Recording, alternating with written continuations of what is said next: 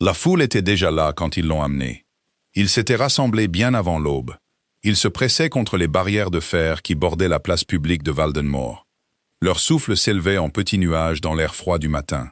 Les marchands avaient fermé leurs étals plus tôt.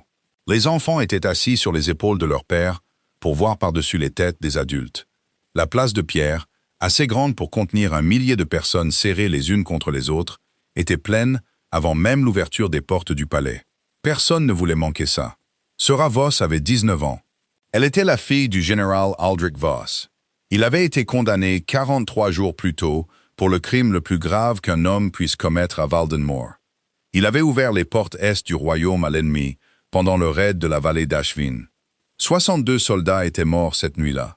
3 villages avaient brûlé.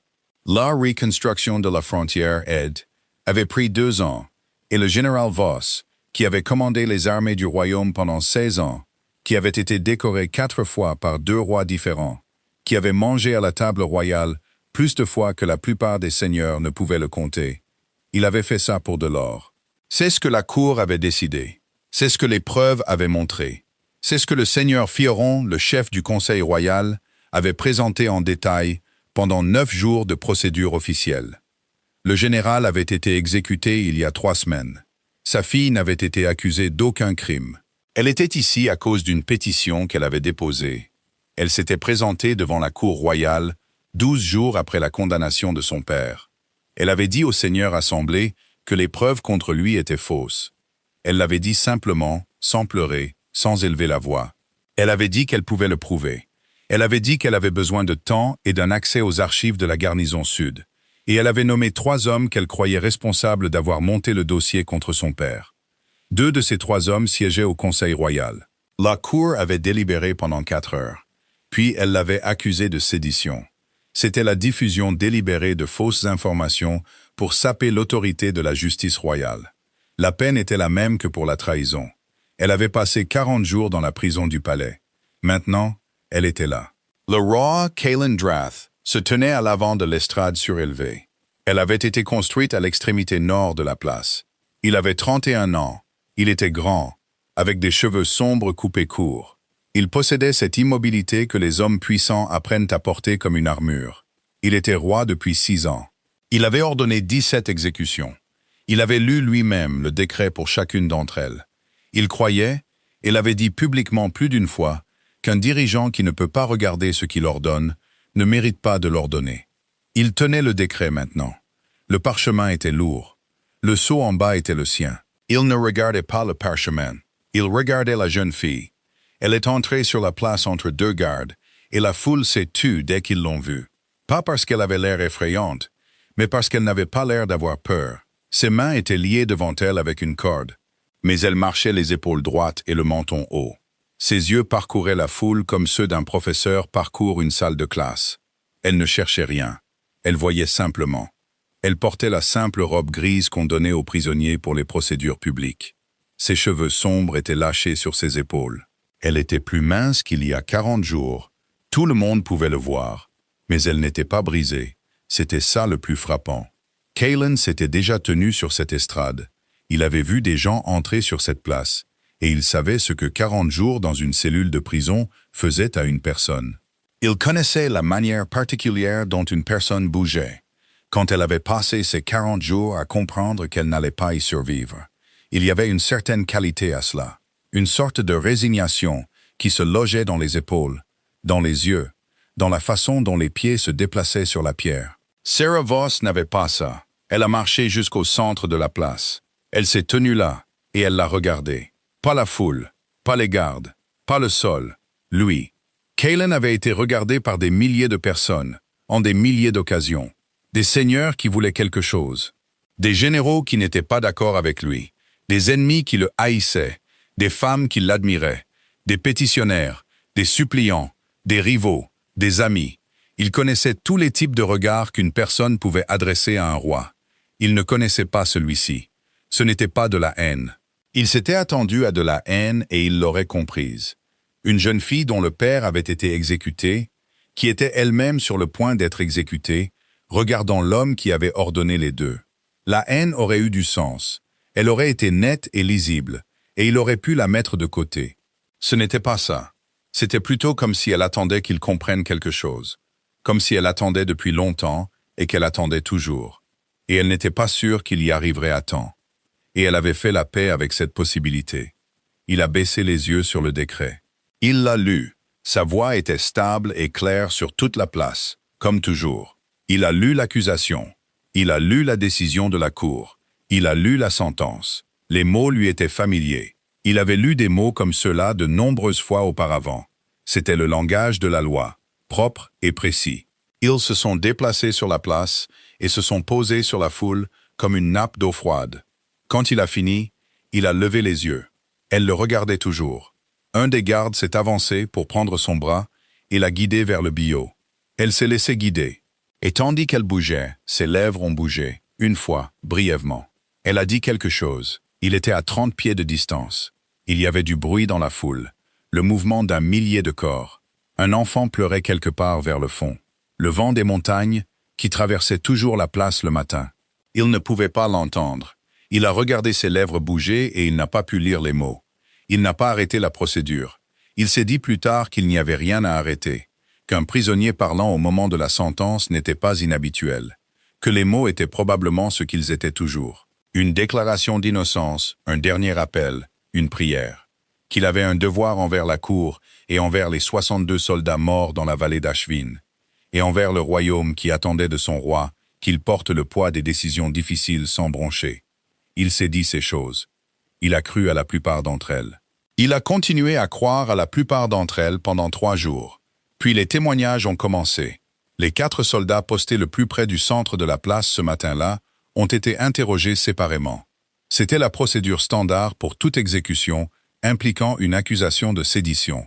Il y avait des formulaires à remplir, des registres officiels à compléter, un processus légal qui continuait même après l'exécution de la sentence.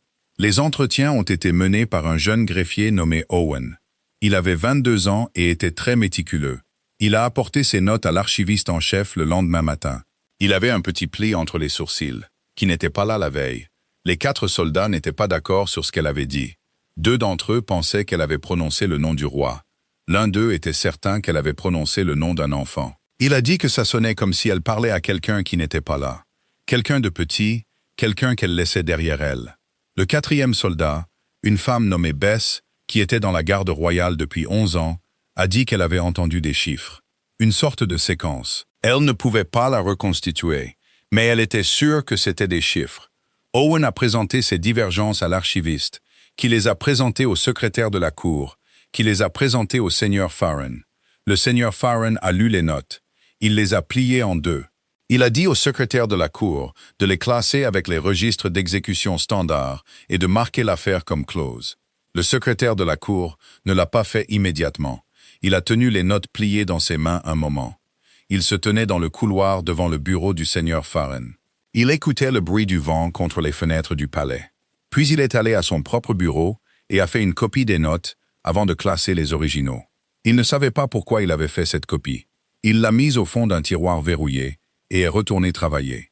Kaylin a entendu parler des témoignages divergents le 3e jour, pas par le secrétaire de la cour et pas par le seigneur Farren, mais par Owen, le jeune greffier. Il était venu à la bibliothèque du palais pour rendre des documents de référence, et il y avait rencontré le roi par hasard, ou du moins par le genre de hasard qui se produit quand un jeune greffier porte quelque chose depuis 3 jours et n'a pas encore trouvé où le poser. Owen a dit au roi ce que les 4 soldats avaient dit. Il l'a présenté avec soin, avec la déférence appropriée. Il a noté que la divergence n'était pas inhabituelle, compte tenu de la distance, du bruit de la foule et du fait que les prisonniers disaient souvent des choses difficiles à entendre clairement. Il essayait de faire paraître l'information plus petite qu'elle ne lui semblait. Kaylin l'a remarqué. Il a convoqué les 4 soldats le même après-midi. Il les a interrogés lui-même. Ce n'était pas la procédure standard. Les rois n'interrogeaient pas personnellement les gardes sur les procédures d'exécution. Les gardes étaient visiblement mal à l'aise. Bess, la vétérane de 11 ans, était la plus calme. Elle l'a regardé directement, ce qu'il a apprécié, et elle a répété ce qu'elle avait dit à Owen. Des chiffres ou quelque chose qui sonnait comme des chiffres, prononcés doucement, pas fort, comme s'ils étaient dits pour une personne spécifique plutôt que pour la foule. Il lui a demandé où elle pensait que la jeune fille regardait quand elle a parlé. Bess n'a pas hésité. Elle a dit que la jeune fille regardait le roi. Cette nuit-là, Cailan n'a pas bien dormi. Il est resté dans le noir, à écouter le vent. Il pensait à une jeune fille à qui il n'avait jamais parlé.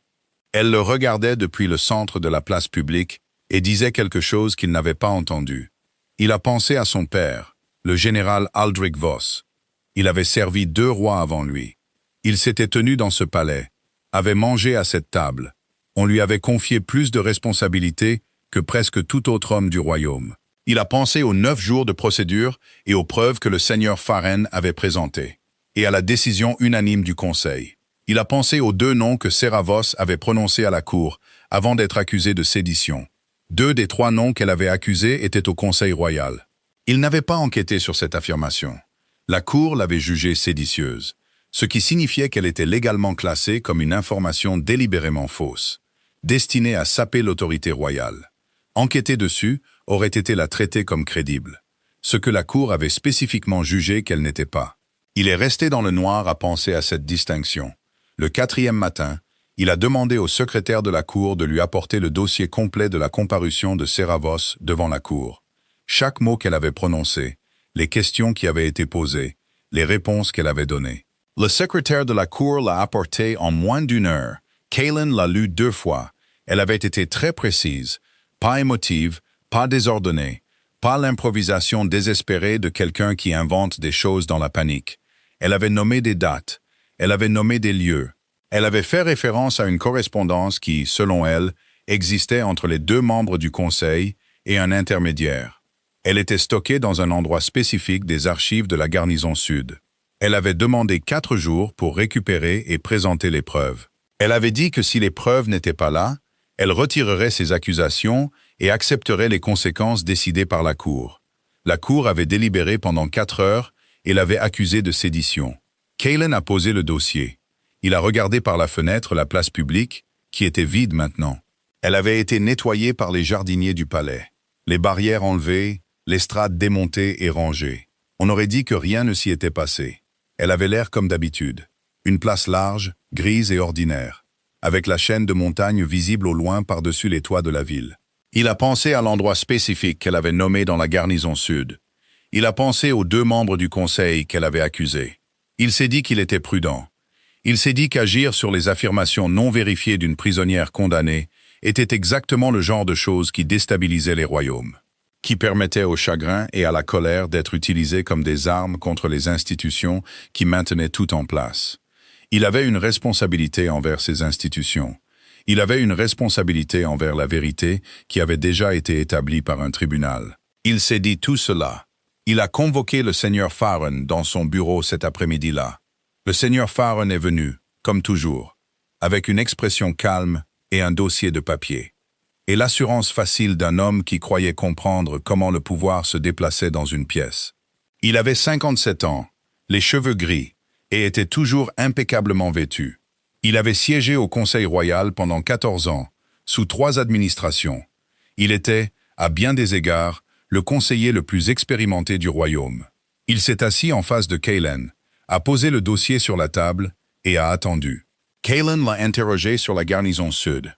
L'expression du seigneur Farren n'a pas changé.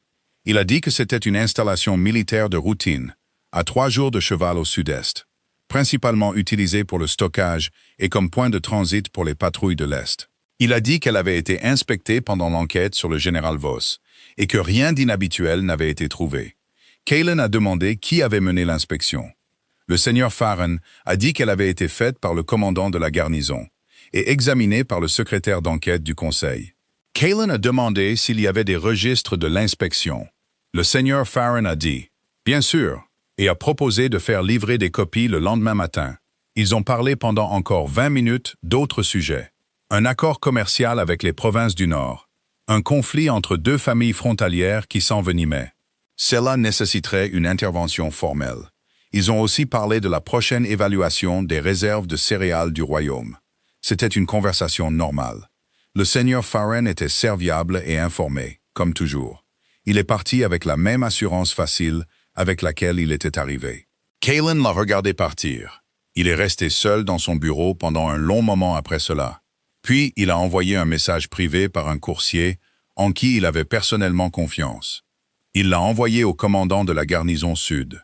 Il demandait un inventaire complet de l'installation. Pas une copie de l'inspection précédente, une nouvelle, personnelle, menée par le commandant lui-même sans préavis au conseil.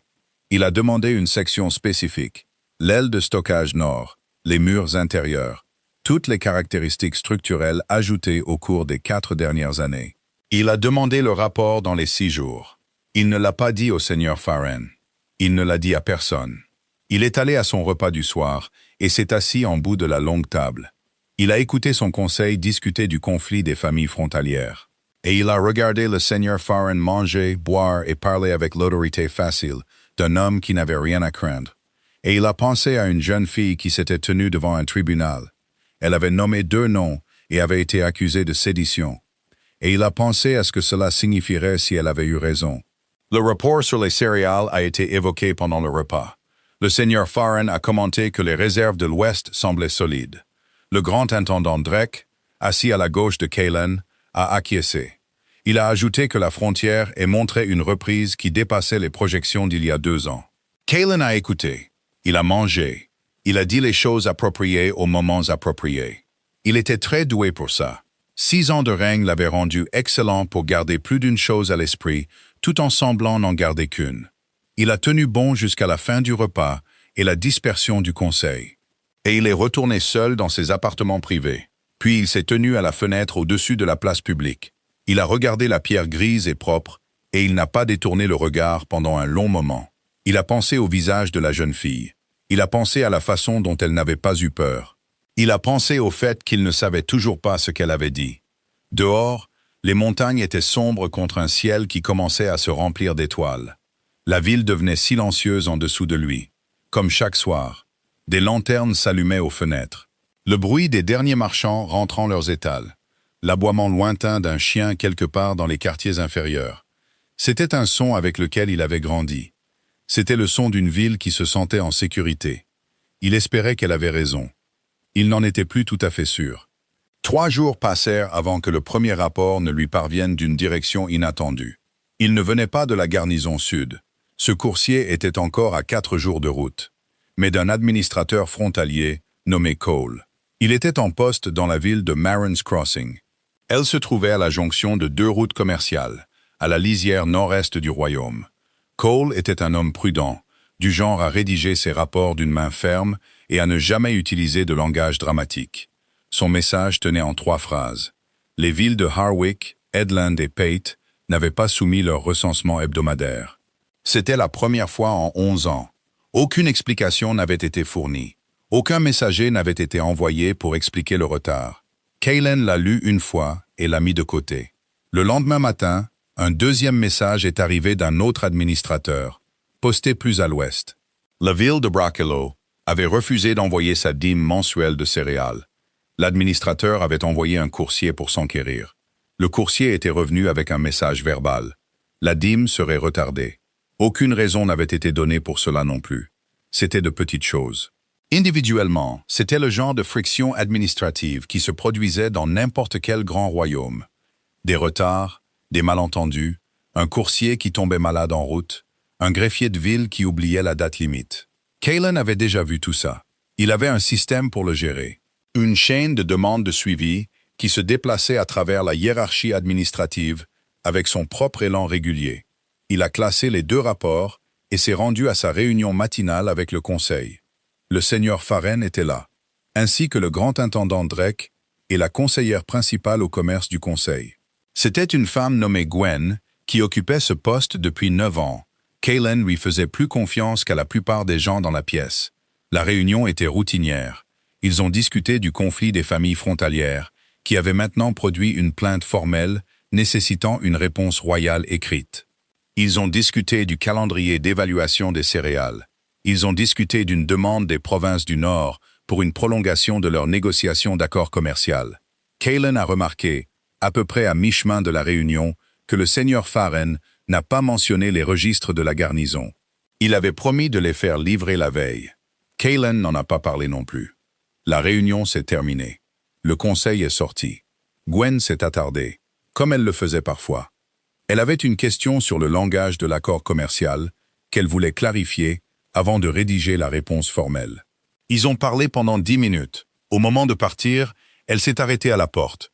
Elle a dit avec précaution qu'elle avait entendu quelque chose la veille au soir. C'était lors d'un dîner auquel elle avait assisté en ville. Pas un dîner officiel, un dîner privé, entre les familles de plusieurs grands marchands. Elle a dit que l'histoire de Sarah Voss avait été évoquée. Elle a dit que les familles des marchands, dont plusieurs avaient des parents sur la frontière Est, dans les villages qui avaient brûlé pendant le raid de la vallée d'Ashvin, avaient discuté des divergences dans les témoignages de l'exécution. Elle a dit que le mot qu'elle avait le plus souvent entendu dans cette conversation était le doute. Elle s'est excusée et est partie avant qu'il ne puisse répondre. Kaylin est restée seule dans la salle du conseil pendant quelques minutes après son départ. Le doute, c'était un petit mot. C'était aussi le mot le plus dangereux qu'un royaume puisse produire, parce que c'était le genre de chose qui voyageait plus vite que n'importe quelle annonce officielle, plus vite que n'importe quel coursier, plus vite que n'importe quelle correction. Le doute se déplaçait à travers les familles aux tables de dîner, entre les marchands sur les étals du marché, et parmi les soldats en rotation de patrouille. Et il ne s'arrêtait pas de bouger jusqu'à ce qu'il ait atteint chaque recoin d'un lieu.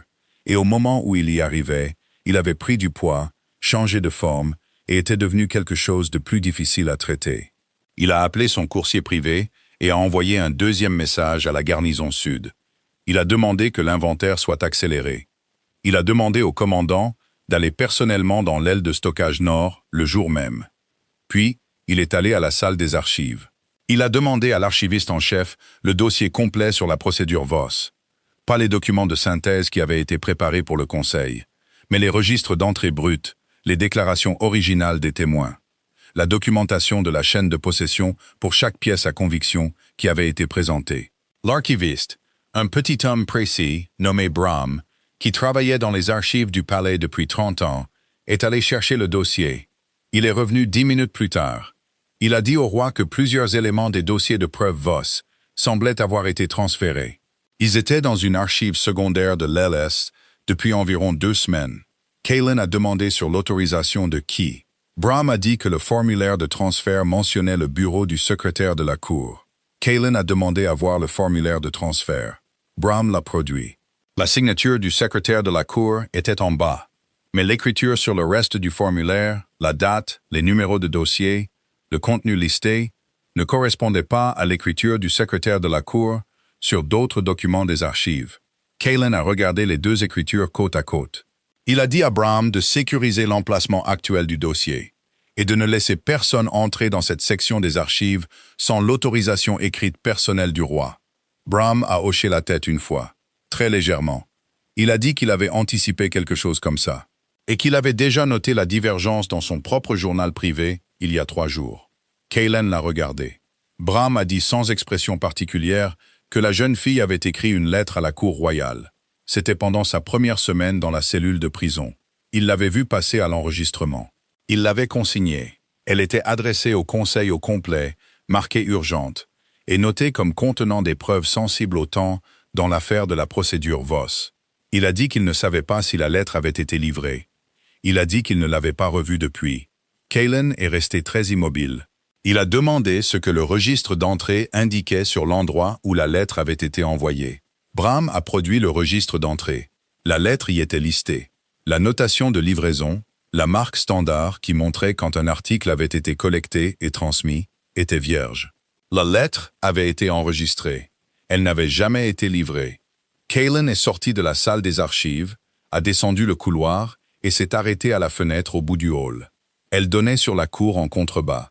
Un des palefreniers promenait un cheval en cercle lent sous le soleil de l'après-midi. Un groupe de jeunes gardes du palais prenait leur repas de midi sur un banc près de la porte est. C'était une scène tout à fait ordinaire. Tout était à sa place. Il a pressé la paume de sa main contre le cadre en pierre de la fenêtre. 40 jours. Elle avait passé 40 jours dans cette cellule. Et la première semaine, elle avait écrit une lettre. La lettre avait été enregistrée. Et la lettre n'avait jamais été livrée. Elle avait essayé de parler à la cour et avait été accusée de sédition pour cela. Elle avait marché jusqu'à la place et prononcé 11 mots. 4 soldats les avaient entendus différemment. L'un d'eux avait entendu des chiffres, Un autre avait entendu un nom, et un autre encore avait dit qu'ils étaient adressés au roi lui-même. Et il n'avait pas arrêté ça. Il s'était tenu sur l'estrade, avait lu le décret, et avait laissé faire. Il est resté à la fenêtre pendant un long moment, regardant le palefrenier promener le cheval en cercle. Et il a pensé au visage de la jeune fille sur la place. Pas effrayée, pas désespérée, pas suppliante. Patiente.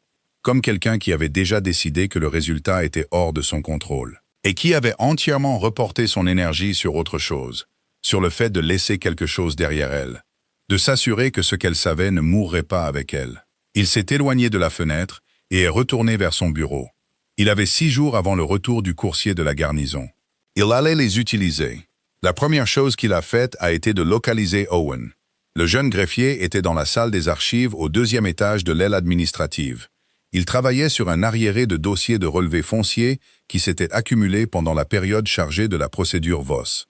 Kalen est entré et l'expression sur son visage était celle d'un jeune homme qui avait été discrètement anxieux à propos de quelque chose pendant plusieurs jours et qui venait d'apprendre que la chose qui l'angoissait était réelle. Kalen s'est assis en face de lui.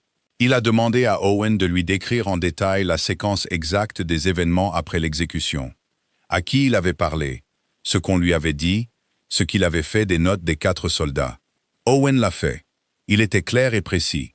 Et le détail qui ressortait était celui-ci. Il avait apporté les notes à l'archiviste en chef, qui les avait données au secrétaire de la cour, qui les avait emmenées au seigneur Farren. Et le seigneur Farren avait dit au secrétaire de la cour de les classer et de marquer l'affaire comme close. Kalen a demandé si Owen en avait gardé une copie. Owen a ouvert un tiroir du classeur derrière lui. Il a produit une copie. Il a dit qu'il n'était pas sûr de la raison pour laquelle il l'avait faite. Il a dit que cela semblait être le genre de chose qui devrait exister quelque part. Kalen a pris la copie. Il a posé une dernière question à Owen. Il a demandé si, dans les témoignages des 4 soldats, l'un d'eux avait décrit une direction. Une direction spécifique vers laquelle la jeune fille faisait face ou regardait quand elle a parlé. Owen a réfléchi un moment. Il a dit que Bess avait été précise à ce sujet. Elle avait dit que la jeune fille avait légèrement tourné la tête vers la gauche juste avant de parler. Vers l'estrade, vers l'endroit où se tenait le roi. Kalen l'a remercié. Il est retourné à son bureau, avec la copie d'Owen en main.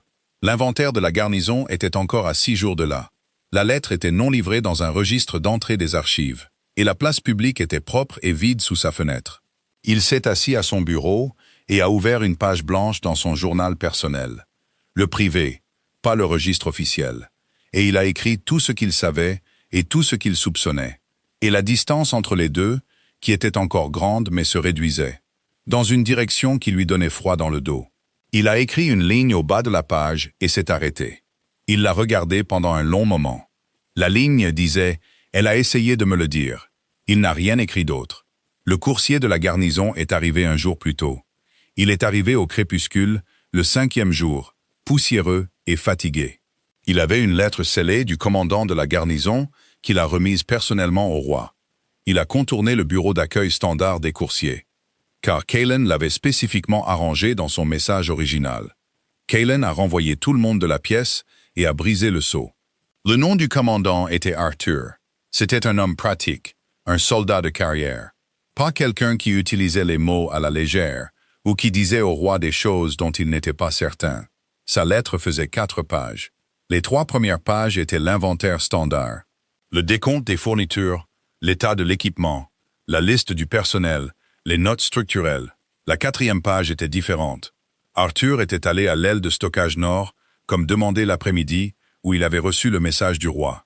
Il avait commencé une inspection personnelle des murs intérieurs. Il avait trouvé derrière une section d'étagères dans le mur du fond de la 3e chambre un espace étroit. Il n'était pas visible à moins de déplacer les étagères. Il s'ouvrait sur un petit espace sec d'environ 4 pieds de profondeur. L'espace contenait une boîte en bois. La boîte contenait des lettres. 43 lettres. Arthur ne les avait pas toutes lues. Il avait lu les 2 premières, ce qui était suffisant. Il avait immédiatement sécurisé la boîte et assigné 2 de ses gardes les plus fiables à la chambre. Il attendait de nouvelles instructions. Il a décrit ce que contenaient les 2 premières lettres. Kalen a lu la description. Il l'a relue. Il a posé la lettre sur son bureau, s'est levé et s'est dirigé vers la fenêtre. Il faisait nuit dehors. La place était vide. Les lumières de la ville étaient la seule chose qui bougeait. Les lettres dans cette boîte n'étaient pas une correspondance entre le général Voss et l'ennemi. C'était une correspondance entre deux hommes dont Calen a immédiatement reconnu les noms, et un intermédiaire dont Arthur n'avait pas encore confirmé l'identité. Ils discutaient d'un plan exposé dans un langage prudent et professionnel. Sur ce qui semblait être une période de 2 ans. Le plan était de fabriquer un dossier contre le général Aldrich Voss, non pas parce qu'il avait trahi le royaume, mais parce qu'il était un obstacle à quelque chose qu'il voulait. Et le moyen le plus simple de l'écarter était de faire croire qu'il l'avait fait. Les 62 soldats morts dans la vallée d'Ashvin n'étaient pas morts à cause de Voss. Ils étaient morts parce que les portes est avaient été ouvertes par quelqu'un d'autre, pour des raisons différentes. Et Voss avait été positionné pour en porter la responsabilité avant même que les corps ne soient comptés. Calen est resté à la fenêtre pendant un long moment. Sir Voss avait su. Elle avait déposé une pétition, nommé 2 noms et avait été accusée de sédition. Elle avait écrit une lettre de prison qui n'a jamais été livrée. Elle avait marché jusqu'à la place publique et prononcé 11 mots à un roi qui ne pouvait pas l'entendre. Son père avait été exécuté. Elle avait été exécutée. Et les lettres étaient dans le mur pendant tout ce temps. Il est retourné à son bureau. Il a pris la lettre du commandant de la garnison et l'a tenue. Et il a pensé à ce que cela signifiait. Pas seulement le poids politique, pas seulement les noms qui y étaient attachés, mais le fait simple, net et terrible. Il s'était tenu sur une estrade et avait lu un décret. Et 2 personnes étaient mortes pour une vérité qu'on les avait empêchées de dire. Il a appelé le capitaine de sa garde privée. Il a dit « Nous partons pour la garnison sud à l'aube. Petit groupe, pas de notification au conseil, pas de message préalable. » Il a dit « Le seigneur Farren et le grand intendant Drake doivent être gardés au palais sans être informés d'un quelconque changement dans leur statut. Ils ne sont pas sous restriction formelle, mais je veux que leur mouvement soit noté. » Il a dit « Personne en dehors de cette pièce ne connaît le contenu du message de ce soir jusqu'à ce que j'en décide autrement. » Le capitaine de la garde l'a regardé un instant, assez longtemps pour prendre la mesure de ce qui était dit. Puis il a hoché la tête et est allé faire les arrangements. Calen s'est rassis à son bureau. Il a rouvert le journal privé. Il a regardé la ligne qu'il avait écrite 5 jours auparavant. Elle a essayé de me le dire. Il a écrit une autre ligne en dessous. Il a écrit « J'aurais dû écouter ». Puis il a fermé le journal et s'est préparé à chevaucher dans l'obscurité, en direction de tout ce qu'il aurait dû voir plus tôt, portant le poids de 2 vies qu'il avait prises et ne pouvait pas rendre, et les 43 lettres qu'une jeune fille de 19 ans avait essayé de lui remettre avant que quiconque ne puisse l'arrêter. Il n'a pas dormi. Il n'était pas sûr, à ce moment-là, de le mériter. Ils ont atteint la garnison sud l'après-midi du 2e jour. La campagne entre Valdemar et la garnison était le genre de paysage qui changeait progressivement. Les terres agricoles denses et gérées autour de la capitale cédaient lentement la place à des champs plus vastes, puis à des terres plus rudes et ouvertes, puis au terrain vallonné de la frontière est, là où l'herbe poussait haut et les routes se rétrécissaient. Et les montagnes étaient toujours visibles au loin à l'est, leur sommet pâle et stable dans la lumière de l'après-midi. Calen chevauchait en tête de son petit groupe. Lui-même, son capitaine de la garde, et 4 soldats de confiance de la garde personnelle. Il ne leur avait pas dit la raison complète du voyage. Il leur avait dit que c'était une inspection d'installation. Ils étaient assez professionnels pour l'accepter et ne rien demander de plus. Il n'a pas beaucoup parlé pendant le trajet. Son capitaine de la garde, un homme compact et vigilant nommé Hugh, qui était avec lui depuis avant son couronnement, chevauchait à ses côtés en silence. C'était l'une des choses que Calen appréciait le plus chez lui. Ils sont arrivés à la garnison juste au moment où la lumière de l'après-midi commençait à s'adoucir. C'était une installation fonctionnelle, pas impressionnante à regarder. Un bâtiment principal en pierre usée, plusieurs dépendances, une étable et une cour de ravitaillement. Le tout entouré d'un muret qui était plus une limite qu'une barrière. Le commandant Arthur attendait à la porte. Arthur avait la 50aine, les tempes grisonnantes. Il avait les manières directes d'un homme qui avait passé sa carrière dans des endroits où la franchise était plus utile que le vernis. Il a salué le roi avec la formalité appropriée. Puis il l'a conduit personnellement à l'aile de stockage nord. Les étagères avaient déjà été éloignées du mur du fond. L'espace était visible. La boîte en bois était posée sur une table qu'Arthur avait placée au centre de la chambre. C'était une boîte simple, du genre utilisé pour le stockage de documents, avec un simple loquet et pas de serrure. Elle était là depuis assez longtemps pour que le bois ait légèrement foncé avec l'âge. Kaylen l'a ouverte. Les lettres étaient soigneusement arrangées, ce qui lui a appris quelque chose. Quelqu'un les avait organisées. Pas récemment, le papier avait la légère odeur du temps. Mais elles avaient été placées ici délibérément, en ordre, par quelqu'un qui s'attendait à ce qu'elles soient trouvées. Il a pris la première, il l'a lue, il a pris la deuxième et l'a lue aussi. Puis il a lu les 41 qui restaient. Cela a pris 2 heures. Hugh se tenait à la porte. Arthur se tenait près du mur. Personne n'a parlé. Kaylen était assis sur un tabouret à la table dans la chambre de pierre avec la boîte de lettres, et il a lu chacune d'entre elles dans l'ordre où elles avaient été classées. Et l'image qui s'est dégagée de ces 43 documents était complète, précise et dévastatrice. La conspiration avait commencé, d'après ce qu'il pouvait reconstituer des dates sur les lettres. C'était environ 2 ans et 4 mois avant le raid de la vallée d'Ashburn. Elle avait été initiée par 2 hommes, le seigneur Farron, chef du conseil royal, et le grand intendant Drake. Ils géraient les finances du royaume et avaient une influence significative sur les décisions de déploiement militaire. L'objectif dans les premières lettres était décrit en termes indirects, des références à un réalignement de l'autorité, une restructuration de la hiérarchie de commandement, la nécessité de corriger ce que Farron appelait un déséquilibre dans la distribution de l'influence stratégique. À la 6e lettre, le langage est devenu plus clair. Le général Aldrich Voss était l'obstacle. Il commandait trop de loyauté dans l'armée. Il avait résisté à 2 propositions distinctes du Conseil. Elles visaient à réorienter les ressources militaires de manière à bénéficier aux alliés politiques de Farron et aux intérêts financiers de Drake. Il l'avait fait avec le soutien du roi précédent.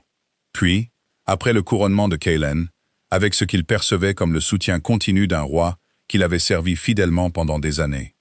Farron avait reconnu qu'écarter Voss par des moyens légitimes n'était pas possible. Voss n'avait rien fait de mal. Il était respecté. Il était loyal. Il avait un dossier qui parlait entièrement en sa faveur. La seule façon de l'écarter était de faire croire au monde qu'il avait fait quelque chose d'impardonnable. Le raid de la vallée d'Ashburn n'avait pas été fabriqué de toutes pièces. C'était un vrai raid par une vraie force extérieure. On lui avait permis de réussir en s'assurant que les bonnes informations ne parviennent pas à Voss à temps. Les portes Z n'avaient pas été ouvertes par Voss, mais par un officier subalterne dont l'identité était mentionnée dans l'une des dernières lettres. Il avait été approché et rémunéré. Les 62 soldats étaient morts dans un raid qui aurait pu être arrêté. Les preuves liant Voss à cela, soigneusement et méthodiquement, par des gens qui savaient comment fonctionnaient les preuves, comment les tribunaux pensaient, et comment construire un dossier qui résisterait à l'examen, parce que l'examen lui-même était géré par l'un des hommes qui avait construit le dossier. Sarah Voss avait découvert une partie de cela, pas tout, mais assez. Elle avait trouvé ses propres lettres, des copies, une correspondance entre son père et ce qui semblait être sa propre tentative d'enquêter sur d'étranges lacunes dans les renseignements qu'il avait reçus avant le raid. Elle avait apporté ses preuves à la cour. Elle avait été réduite au silence avant de pouvoir les présenter. Elle avait passé 40 jours dans une cellule à essayer toutes les voies restantes. La lettre via le système de la prison, la comparution publique au tribunal. Et finalement, à la fin, 11 mots à un roi dont elle ne pouvait être sûre qu'il écoutait. Kaylen a posé la dernière lettre. Il est resté assis un moment, les mains à plat sur la table. Puis, il a dit à Hugh de sécuriser la boîte. Il a dit à Arthur que la chambre devait être scellée, que personne ne devait y entrer sans l'instruction directe du roi, qu'Arthur était personnellement responsable de la sécurité physique du contenu jusqu'à nouvel ordre. Il est sorti de la chambre, a traversé la cour de la garnison et s'est tenu dehors, dans l'air frais de l'après-midi. Les montagnes étaient toujours visibles à l'est. Elles étaient toujours visibles d'ici. Il avait regardé ces montagnes toute sa vie comme une sorte de point fixe, quelque chose de permanent et de fiable dans un monde qui ne l'était souvent pas. Il a pensé à Aldrich Voss, qui avait servi 16 ans. On lui avait confié la défense de ces montagnes. Et il était mort avec une accusation de traître attachée à son nom. Il a pensé à Sarah Voss, qui avait 19 ans. Elle en savait plus sur la corruption dans le royaume de son père que le roi lui-même. Il a pensé aux 43 lettres dans une boîte en bois derrière une section d'étagère. Patiente comme la pierre, attendant que quelqu'un déplace l'étagère. Il est rentré et a dit à Hugh d'envoyer chercher les chevaux. Il repartait pour Valdenmoor avant que le soleil ne soit complètement couché. Cailen a chevauché plus vite au retour que son capitaine de la garde ne l'aurait préféré. Hugh n'a rien dit à ce sujet. Il a simplement suivi le rythme et a laissé le roi à son silence. Ils ont parcouru la distance du premier jour en 9 heures. Ils se sont arrêtés à un avant-poste militaire pour abreuver les chevaux et se reposer quelques heures avant l'aube. Ed Cailen s'est assis sur un banc à l'extérieur du bâtiment de l'avant-poste dans le noir. Il ne dormait pas. Il regardait les étoiles accomplir leur lent circuit au-dessus du champ plat derrière eux. Il avait une couverture sur les épaules. Il tenait une tasse de quelque chose de chaud qui avait refroidi. Il ne l'a pas bu. Il a rangé les choses dans son esprit. Pas au sens émotionnel. Il n'y avait pas encore de place pour ça. Ou peut-être avait-il appris en 6 ans de règne à mettre l'émotion dans une pièce fermée à clé, et à s'en occuper plus tard, quand le travail immédiat serait terminé. Ce qu'il arrangeait, c'était la séquence, l'ordre des opérations, ce qui devait se passer ensuite et dans quel ordre, et qui devait être dans quelle pièce quand chaque pièce était déplacée.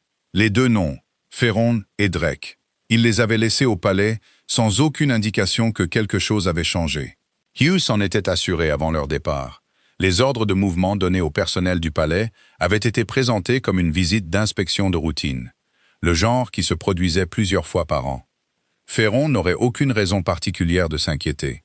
Drake n'aurait aucune raison particulière de s'inquiéter. Il voulait que cela reste ainsi jusqu'au moment où cela compterait. Il y avait aussi l'intermédiaire, l'officier subalterne mentionné dans les lettres, celui qui avait ouvert les portes est. Le nom donné dans la correspondance était partiel. Un prénom seulement, précédé d'un marqueur de grade. Ce qui suggérait que le nom complet avait été délibérément omis. Arthur allait travailler à l'identifier à partir des dossiers du personnel de la garnison. Cela prendrait du temps, et Cailen avait déjà décidé que c'était une priorité secondaire. La priorité principale était les 2 hommes qui avaient conçu et dirigé la chose. Et puis il y avait la question plus large. Celle qui ne pouvait pas être résolue en arrêtant 2 membres du Conseil, peu importe la propreté ou la publicité de l'acte. Celle qui vivait dans l'espace entre ce que la loi exigeait et ce qui était réellement juste. 2 personnes étaient mortes. Ils pouvaient exposer la conspiration. Ils pouvaient disculper le nom de Voss. Ils pouvaient traduire Ferron et Drake en justice et laisser les 43 lettres faire le travail que Sarah Voss avait essayé de faire pendant 40 jours. Ils pouvaient faire des annonces. Il pouvait contrôler le langage. Il pouvait le présenter comme le système qui fonctionne. Corruption découverte, responsabilité établie, justice rendue. Il pouvait faire tout cela, et ce serait propre, efficace et faux. Pas légalement faux, pas politiquement faux. Faux de la manière dont quelque chose est faux quand c'est techniquement exact et complètement malhonnête en même temps. Le système n'avait pas fonctionné. 2 personnes étaient mortes parce que le système avait été délibérément et habilement brisé, par des gens qui comprenaient exactement comment il fonctionnait, et qui ont utilisé cette compréhension pour lui faire produire un résultat qu'il n'a jamais été conçu pour produire. Et le roi, qui était censé être la dernière sauvegarde, s'était tenu sur une estrade, avait lu un décret et n'avait pas posé la question qu'il aurait dû poser. Il devait plus qu'une annonce efficace. Il n'était pas encore certain de ce qu'il devait, ni comment le donner. Mais il est resté assis dans le noir et y a réfléchi.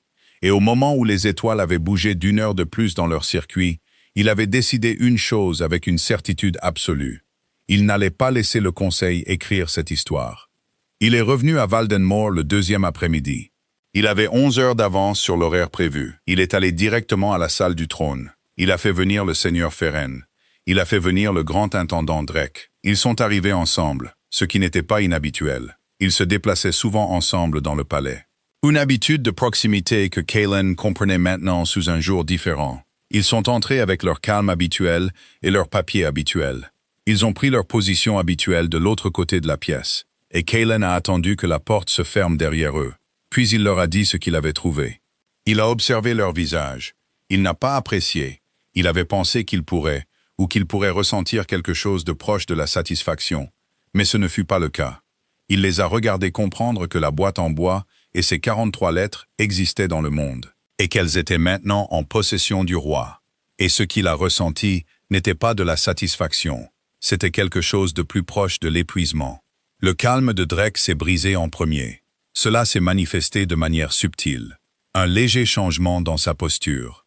Un moment où ses mains, qui avaient été immobiles, se sont déplacées vers le dossier qu'il tenait et l'ont serré plus fort. Farren a tenu plus longtemps. C'était un acteur plus doué. Mais il y a eu un point, quelque part au milieu du récit de Kaylen, où la performance a atteint sa limite. Et ce qu'il y avait en dessous n'était pas de la culpabilité. Exactement. C'était du calcul. Une recalibration. Le regard d'un homme qui décidait déjà quoi admettre, quoi contester. Comment façonner le récit à partir de là. Kaylen ne lui a pas laissé l'espace pour commencer. Il leur a dit à tous les deux, avant que l'un ou l'autre ne puisse parler, que la boîte avait été sécurisée à la garnison et inventoriée, et que des copies de l'inventaire avaient déjà été envoyées à 3 endroits sécurisés distincts. Il leur a dit que l'archiviste de la cour avait déjà reçu une copie scellée du rapport initial du commandant de la garnison. Il leur a dit que son capitaine de la garde, Hugh, qui se tenait actuellement à l'extérieur de la salle du trône, avait été témoin du contenu de la boîte de ses propres yeux et avait fourni un compte-rendu écrit. Il n'y avait rien à contester. L'architecture de la chose était déjà construite. La seule question qui restait était ce qu'il dirait, ce qui n'avait plus beaucoup d'importance. Il leur a dit qu'ils étaient en état d'arrestation. Il leur a dit pourquoi. Il a prononcé les noms. Aldrich Voss, Sarah Voss, 62 soldats dans la vallée d'Ashvin. Il a dit chaque nom à voix haute, un par un. De la même manière qu'il avait dit le nom de Sarah Voss dans le décret. Il croyait dans cela, en le fait de dire les noms. Il croyait qu'il ne fallait pas laisser le langage administratif du pouvoir transformer les gens en abstraction. Farren a dit quelque chose alors, finalement. Les premiers mots que l'un ou l'autre avait prononcés depuis leur entrée dans la pièce. Il a dit que ce que Kaylen faisait créerait de l'instabilité. Il a dit que le royaume avait besoin de continuité. Il a dit qu'il y avait des processus et des manières de gérer les choses. Et que ce que Kaylen proposait ébranlerait la confiance de chaque seigneur, de chaque administrateur et de chaque structure institutionnelle qui maintenait le Royaume-Uni. Il n'avait pas tort à propos de l'instabilité. Il avait entièrement tort sur ce qu'il a créé. Kaylen a dit, « Vous avez creusé le sol sous nos pieds et vous me dites de faire attention où je marche. » Il a fait entrer les gardes. Farren et Drake ont été escortés hors de la salle du trône avec une discrétion que Kaylen avait spécifiquement demandée. Pas de démonstration publique, pas encore, pas avant qu'ils ne soient prêts. Ils sont allés dans l'aile résidentielle sécurisée du palais, pas la prison. Ils seraient à l'aise. Ils seraient traités avec la dignité formelle que leur position exigeait, jusqu'à ce que ces positions soient formellement supprimées. Quand la pièce fut vide, Kaylen s'est assis. Hugh est revenu, comme Kaylen s'y attendait, et s'est tenu près de la porte. Kaylen a dit, « J'ai besoin du secrétaire de la cour, le vrai, pas celui qui a signé les formulaires de Farren. J'ai besoin de Bram des archives. J'ai besoin de Gwen du Conseil du commerce, et j'ai besoin d'Owen. » Hugh a dit qu'il les ferait venir dans l'heure. Kaylen a dit, « Et j'ai besoin que quelqu'un trouve une femme nommée Marit. Elle a été libérée de la prison du palais environ 1 semaine après l'exécution de Sarah Voss. Elle a été condamnée pour vol mineur. Elle est rentrée dans son village. Découvrez où se trouve son village. » Hugh l'a regardé un moment. Il a dit, « La compagne de cellule. » Kaylen a dit, « Oui. » Hugh est parti. Kaylen est resté seul dans la salle du trône. La lumière de l'après-midi entrait par les hautes fenêtres du mur ouest et dessinait de longs rectangles sur le sol en pierre. C'était très calme. Dehors, quelque part loin dans la ville, il pouvait entendre les bruits ordinaires d'une fin d'après-midi. Des roues de charrette, quelqu'un qui appelait un nom, la cloche d'un marchand signalant la fermeture. Il a pensé aux 43 lettres dans une boîte en bois.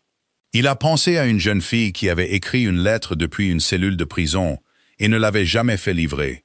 Il a pensé aux 11 mots qu'il ne pouvait toujours pas entendre. Il allait découvrir ce qu'ils étaient.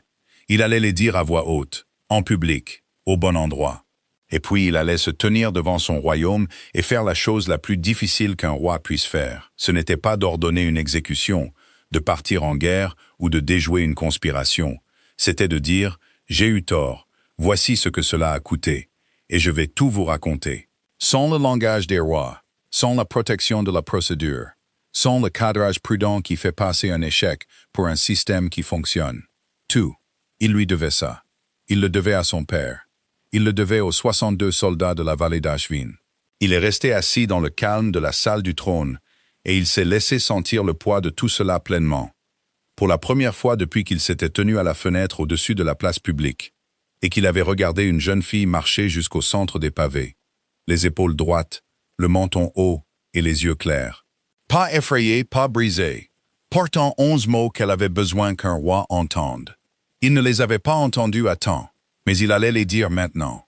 Marit vivait dans un village appelé Fenwick, à 2 jours à l'est de la capitale. Kaelan n'a pas envoyé de messager à l'avance. Il y est allé lui-même avec Hugh et 2 gardes. Ils portaient des vêtements de voyage simples, sans marque royale.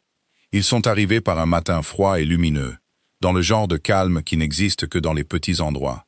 Le silence particulier d'un village qui n'a pas encore décidé ce qu'il pense de la journée. Fenwick n'était pas grand. 2 rangées de maisons le long d'une large route de terre, un puits au centre, une petite place de marché qui s'installait encore à leur arrivée. Le genre d'endroit où les étrangers étaient remarqués en moins de 3 minutes. Il a trouvé la maison de Marit en demandant à la femme au puits. Elle lui a donné des indications avec l'efficacité directe de quelqu'un qui n'avait aucune raison de compliquer les choses. Il a attaché son cheval à la clôture et a frappé à la porte. Elle a répondu elle-même. Elle avait peut-être 40 ans, avec des mains stables et un visage qui avait passé beaucoup de temps à l'extérieur. Elle l'a regardé un long moment avant de parler. Elle a dit qu'elle attendait quelqu'un. Elle n'a pas dit qu'elle l'attendait lui spécifiquement. Mais elle ne semblait pas surprise que ce soit un homme qui avait l'air d'avoir l'autorité pour l'avoir trouvé. Il lui a dit qui il était. Elle a hoché la tête une fois et a ouvert la porte plus grand. Ils se sont assis à une petite table dans la pièce de devant de sa maison. Elle lui a offert de l'eau, qu'il a acceptée. Elle n'a pas fait la conversation pendant qu'elle la versait. Elle avait la qualité de quelqu'un qui avait appris que le silence était plus utile que le bruit. Il lui a demandé de lui parler de Sarah Voss. Elle a posé sa tasse. Elle a dit qu'elle avait été dans la cellule à côté de la jeune fille pendant 31 jours. Elle a dit qu'elles avaient surtout parlé le soir. Quand la prison s'installait dans sa routine nocturne et que le bruit des couloirs supérieurs s'estompait, elle a dit que la jeune fille n'était pas ce à quoi elle s'attendait de la part de la fille d'un général. Elle s'attendait à quelqu'un d'effrayé, quelqu'un qui ne savait pas comment le monde fonctionnait de près. Elle a dit que Sarah Voss savait exactement comment le monde fonctionnait de près. Elle le savait de la manière spécifique dont les gens savent les choses, quand ils ont passé du temps à prêter une attention très particulière à ce que les autres négligent. Kaelan a demandé de quoi elles avaient parlé.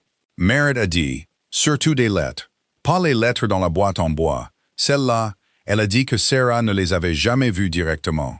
Ce que Sarah avait vu, c'était des copies. Son père avait fait des copies de sa propre correspondance de la période précédant le raid. Non pas parce qu'il soupçonnait quelque chose, mais parce qu'il était un homme méthodique qui gardait des archives de tout. Après son arrestation, Sarah avait parcouru ses papiers et avait trouvé un schéma. De petites lacunes, des endroits où les renseignements qu'il avait reçus avant le raid ne correspondaient pas à ce qu'il aurait dû recevoir. Compte tenu de ce qui se passait à la frontière, des endroits où le timing était mauvais, elle avait commencé à suivre le timing et cela l'avait mené à 2 noms, et ces noms l'avaient mené à des endroits spécifiques. Et l'endroit le plus spécifique était la garnison sud. Elle n'était jamais allée à la garnison sud. Elle avait apporté ce qu'elle avait à la cour à la place, parce qu'elle n'avait plus de temps et que la cour était la seule voie qui lui restait. Marit a dit qu'elle n'était pas idiote. Elle savait que ça pourrait ne pas marcher.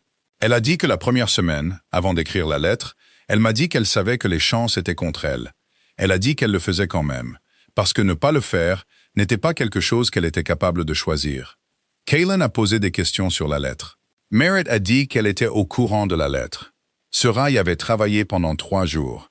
Elle l'écrivait et la réécrivait dans les marges d'un morceau de papier que l'aumônier de la prison avait apporté. Elle l'avait donné à un garde pour la soumettre via le système d'enregistrement. Elle n'a jamais su si elle était arrivée. Il lui a dit qu'elle n'était pas arrivée. Marit est restée silencieuse un moment. Elle a dit qu'elle le savait. Après la première semaine sans réponse, elle le savait. Elle a dit qu'elle était passée à autre chose à ce moment-là. Elle a dit qu'elle avait décidé que si rien ne fonctionnait, le moins qu'elle puisse faire était de s'assurer que l'information ne s'arrête pas avec elle. Elle a passé les dernières semaines à tout mémoriser ce qu'elle savait. Les noms, les dates, les lieux, la séquence des événements. Elle l'a mémorisé comme les gens mémorisent quelque chose qu'ils ont peur de perdre. Kaelan a dit « Qu'a-t-elle dit sur le bio ?» Marit n'a pas répondu immédiatement.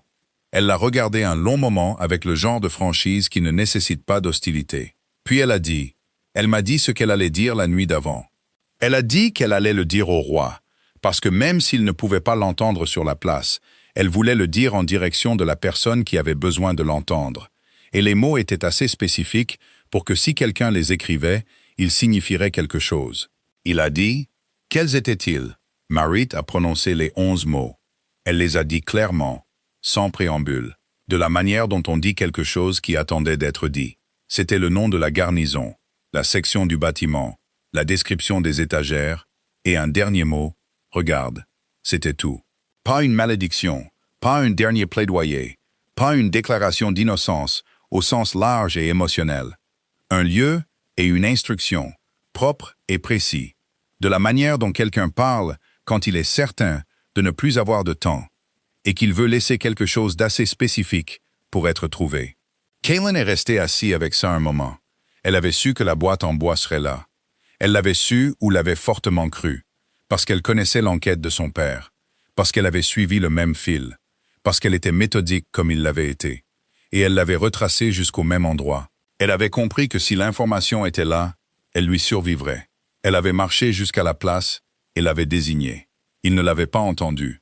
Il a dit, après un moment, qu'il avait trouvé les lettres. Marit l'a regardé.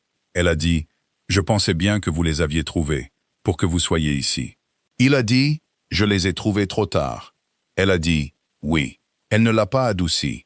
Elle n'a pas dit des choses qui n'étaient pas vraies, pour rendre le moment plus facile pour un roi assis dans sa maison, à une petite table avec une tasse d'eau qui avait tiédi. Elle a juste dit oui, et l'a regardé, et a laissé le mot occuper l'espace qu'il devait occuper. Il lui a demandé ce que Sarah lui avait dit sur la nuit précédant l'exécution. Dans quel état d'esprit elle était. Marit a dit qu'elle n'avait pas peur. Elle a dit qu'elle avait eu peur plus tôt, les premières semaines. Quand elle espérait encore que la lettre arriverait, quand elle croyait encore que quelque chose pourrait changer. Mais à la fin, elle était passée à autre chose. Pas l'acceptation, a-t-elle dit. Pas le genre d'acceptation qui signifiait qu'elle avait cessé de s'en soucier. Plutôt comme si elle avait trouvé la version de cela qu'elle pouvait réellement contrôler. C'était les 11 mots. Et elle avait décidé de faire cette seule chose aussi bien qu'elle le pouvait, et de laisser le reste être ce qu'il serait. Elle a dit que la jeune fille lui avait dit autre chose la nuit d'avant. Elle avait dit, « Quelqu'un viendra poser des questions. » « Pas si, a-t-elle dit. « Quand, a-t-elle dit. « Quand ils viendront, dis-leur que je sais qu'il n'a pas choisi ça. Dis-leur que la question n'est pas ce qu'il a fait. La question est ce qu'il fait maintenant. » Kaylin est restée très immobile. Il a dit qu'elle a dit ça. Marit a dit, elle l'a dit, et elle le pensait. Et je vous le dis, parce qu'elle me l'a demandé.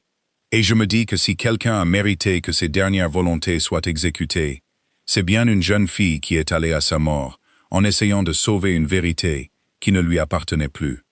Il est resté assis un peu plus longtemps. Dehors, les bruits matinaux du village traversaient les murs de la maison. Quelqu'un appelant un voisin, le bruit d'un chien, le lent grincement d'une charrette sur la route. Des choses normales, le monde qui continue. Il l'a remercié. Il s'est levé.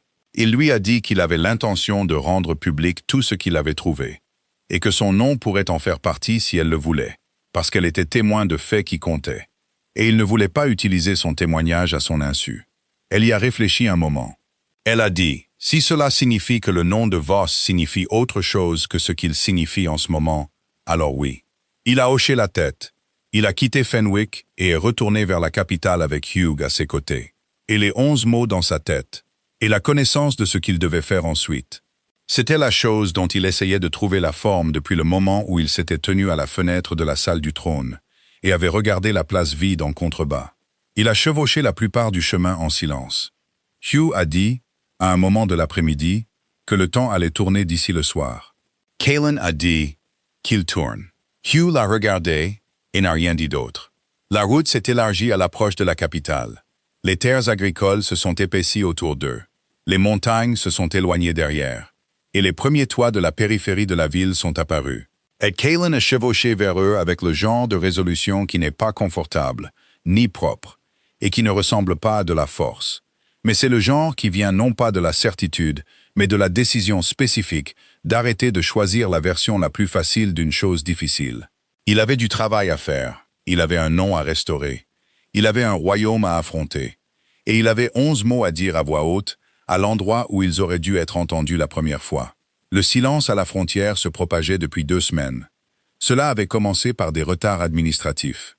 Les rapports de recensement manqués, les dîmes en retard, le coursier non revenu à Bracalo. Les fonctionnaires de Kaylen avaient enregistré chaque élément, déposé leurs demandes de suivi et attendu. Et l'attente n'avait produit rien d'autre que plus de silence. Au moment où Kaylen est revenu de Fenwick, le nombre avait augmenté. 7 villes le long des frontières nord-est et est étaient devenues silencieuses à des degrés divers, allant de la friction mineure d'un rapport retardé à la question plus sérieuse de 2 routes commerciales qui avaient simplement cessé de transporter des marchandises. Pas de déclaration formelle, pas de lettres scellées, avec une liste de demandes, pas de cavaliers envoyés avec des messages de grief ou d'ultimatum. Juste le silence qui s'étendait depuis la capitale, comme une tache se propageant sur un tissu. C'était le genre de choses qui pouvaient être mal interprétées. Un dirigeant moins attentif aurait pu y voir la friction normale d'un grand territoire. Tous les retards n'étaient pas une déclaration, toutes les dîmes manquées n'étaient pas un acte politique. Mais Kaylen était roi depuis 6 ans, et il avait appris à lire ce que les gens ne disaient pas aussi attentivement que ce qu'ils disaient. Le silence n'était pas une friction, c'était un jugement. Sa conseillère principale au commerce, Gwen, l'avait suivi. Elle lui a apporté le rapport complet le matin, après son retour de Fenwick. Il était étalé sur la table du conseil dans la salle Est, avec une carte marquée à chaque emplacement affecté et une chronologie montrant quand chaque changement avait commencé. La chronologie montrait que le silence avait commencé à se déplacer environ 5 jours après l'exécution. Kaylen a regardé la carte pendant un long moment. Les zones affectées n'étaient pas aléatoires. Elles étaient concentrées à 2 endroits. La lisière nord-est du royaume, qui comptait plusieurs communautés ayant des liens familiaux avec les villages de la frontière est, ceux qui avaient été touchés par le raid de la vallée d'Ashvin. Et la zone frontalière directement à l'est. C'était la zone qui avait mis le plus de temps à se reconstruire après le raid, et qui portait encore le genre spécifique de chagrin résiduel qui s'accumule dans les endroits où la perte a été à la fois grande et non reconnue.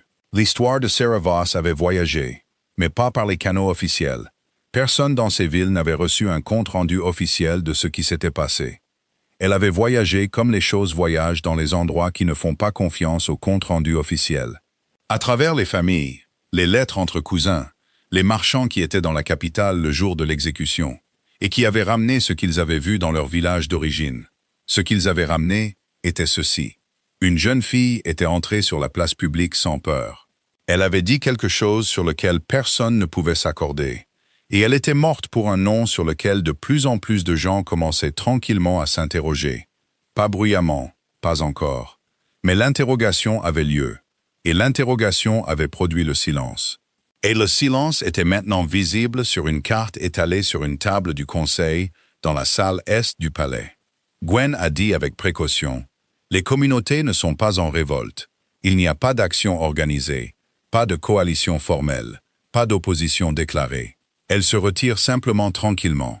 De la manière dont les gens se retirent quand ils ne sont pas certains de faire confiance à l'institution à laquelle on leur demande de participer. » Elle a dit, « D'après mon expérience, le retrait est plus difficile à gérer que l'opposition ouverte, parce qu'il n'y a rien à quoi répondre. » Kaylen a dit, « Je sais. » Elle a dit, « Le Conseil recommanderait normalement une action de sensibilisation administrative, une communication formelle du Bureau royal, une explication de la situation et une assurance de stabilité. » Il a dit, « Les recommandations du Conseil sur ce sujet ne sont pas quelque chose que je vais utiliser. » Elle l'a regardé. Il a dit, « Ferron et Drake sont en état d'arrestation dans l'aile résidentielle. La garnison a été sécurisée. J'ai en ma possession 43 lettres qui changent tout ce que nous comprenions du raid de la vallée d'Ashvin, et des procédures contre le général Voss et sa fille. Je vais tout vous dire. J'ai besoin de votre aide pour la suite. » Elle est restée très immobile un moment. Puis elle a dit, « Dites-moi. » Il lui a raconté. Cela a pris la meilleure partie d'1 heure. Il a tout passé en revue. La garnison, la boîte, les lettres, Marit, les 11 mots. Il n'a rien sélectionné ni adouci. Il lui a tout donné dans l'ordre où cela s'était produit. Et l'a laissé réfléchir à chaque élément avant de passer au suivant. Quand il a fini, elle n'a pas parlé immédiatement. Elle a regardé la carte sur la table. Elle a regardé la chronologie. Elle a regardé ses propres mains. Puis elle a dit, les communautés à la frontière n'ont pas tort. Il a dit, non, elles n'ont pas tort. Elle a dit, la réponse institutionnelle standard à cela, l'annonce, le cadrage, le récit du système qui se corrige lui-même, cela ne tiendra pas. Pas avec l'existence des 43 lettres, pas avec ce que vous venez de me dire. Il a dit, je le sais aussi. Elle a dit, qu'allez-vous faire?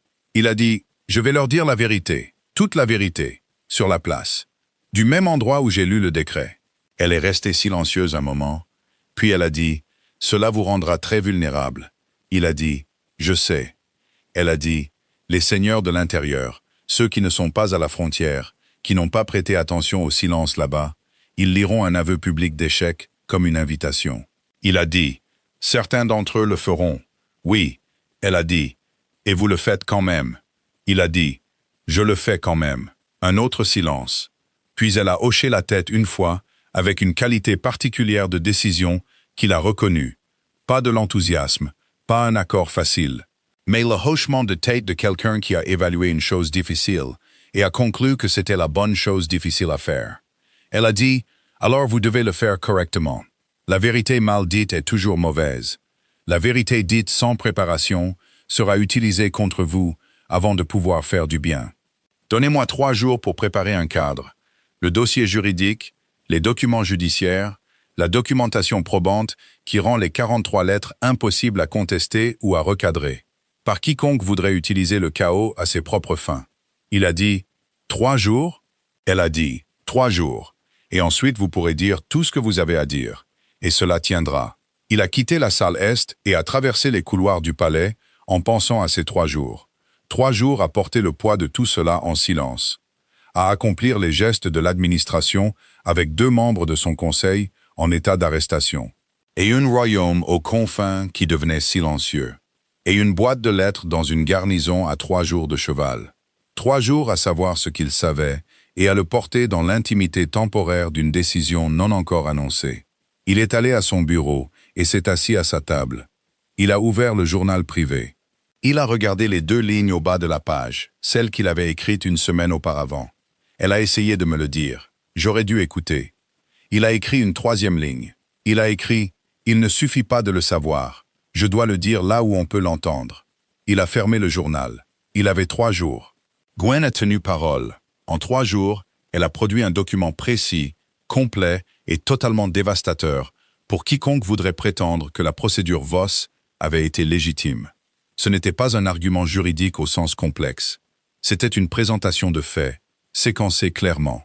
Avec les 43 lettres résumées et la chaîne de preuves documentées, du faux formulaire de transfert dans les archives à la lettre de prison non livrée, jusqu'à la divergence spécifique dans l'écriture, sur l'autorisation de transfert de dossier.